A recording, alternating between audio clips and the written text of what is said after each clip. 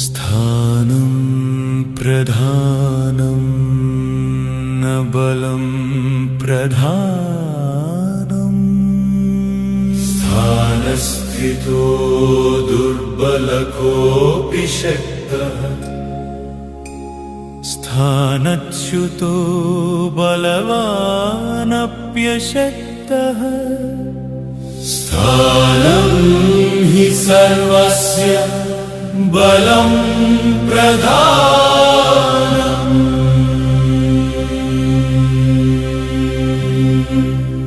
అడవికి రాజైన సింహము దారి తప్పి గ్రామములోకి వచ్చినప్పుడు అక్కడ బలహీనమైన శునకాలు కూడా అంటే కుక్కలు కూడా దానిని ఎదిరిస్తాయి. సింహము తన స్థానబలము మరిచి వాటికి ఎదురు తిరిగినప్పుడు ఆ కుక్కల చేతనే చంపబడుతుంది సింహము. అదేవిధంగా పెద్ద పెద్ద వృక్షాలను కూడా కూకటి బెల్లతో పెకిలించే శక్తి కలిగిన మదపుటేనుగు నదిలోకి దిగినప్పుడు చిన్న ముసలి చేత బాధించబడుతుంది. అంతేకాదు ఆ ఏనుగు తాను తప్పించుకో ప్రయత్నం చేయకుండా దానికి ఎదురు తిరిగినప్పుడు ఆ ముసలి చేతనే చంపబడుతుంది.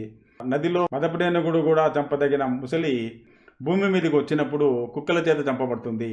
సింహమైనా ఏనుగైనా ముసలైనా శునకమైనా కూడా అవి స్థానబలం ఉన్న చోటనే గొప్పగా ఉంటాయి.